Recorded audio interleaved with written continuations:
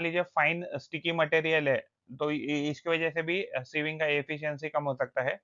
तो ये प्रोसेस जो है जनरली जो सीविंग प्रोसेस है ये डस्ट और नॉइज़ क्रिएट करती है। तो इसके सीविंग के जो एप्लीकेशन है, जैसे शिफ्टिंग करते हैं हम फ्लोर का किचन में, separating sand from the gravel construction site पे, सॉर्टिंग ग्रेन्स करते हैं एग्रीकल्चर में and checking quality of powder medicine industry में। तो थर्ड हमारा टेक्निक है मैग्नेटिक सेपरेशन। तो मैग्नेट को यूज़ करके जो भी मैग्नेटिक मटेरियल है, तो उसको सेपरेट आउट किया जाता है। तो ये जो है, तो ये मैनुअल मेथड है और ये जो है, तो ये ऑटोमेटेड मेथड है। तो इसमें रोलर यूज़ किया जाता है या कन्वेयर बेल्ट यूज़ किया जाता है। और यहाँ आप देखेंगे, तो यहाँ ये जो है, तो इस बेल्ट पे जो मैग्नेटिक मटेरियल तो यहाँ गिर रहा है और जो मैग्नेटिक मटेरियल नहीं है, तो वेलोसिटी के कारण, ये जो वेलोसिटी है कन्वेयर बेल्ट का, तो इसके कारण आगे गिर रहा है। तो मैग्नेटिक जो सेपरेशन है, तो ये फिजिकल सेपरेशन प्रोसेस है। ये सेपरेट करता है magnetic material from the non magnetic material. तो ये मेथड जो है वो solid solid and solid liquid system के लिए भी हम यूज़ कर सकते हैं। तो इंस्ट्रूमेंट इसमें यूज़ करते हैं, मैग्नेट यूज़ करते हैं to separate magnetic material. Principle इसका यूज़ कहते हैं मैग्नेटिक फील्ड को अप्लाई किया जाता है so that magnetic material get attracted to magnet.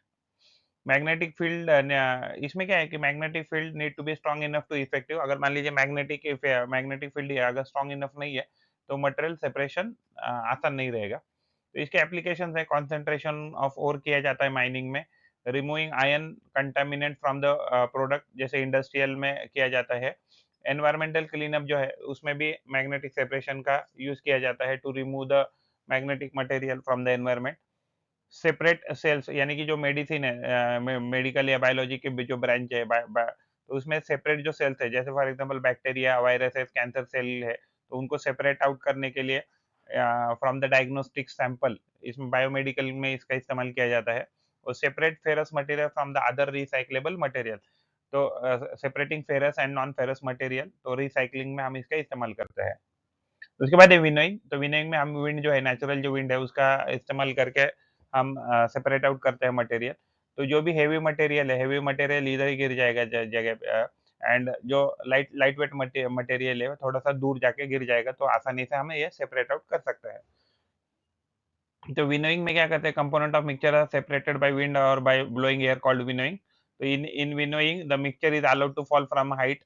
The lightened component gets separated from the heavier one because of the wind or air blow. It is common method used by farmer. They stand on a raised platform to allow the threshed threshed threshed food grains to fall slowly on the ground. The wind carries lighter husk and heavier grain drop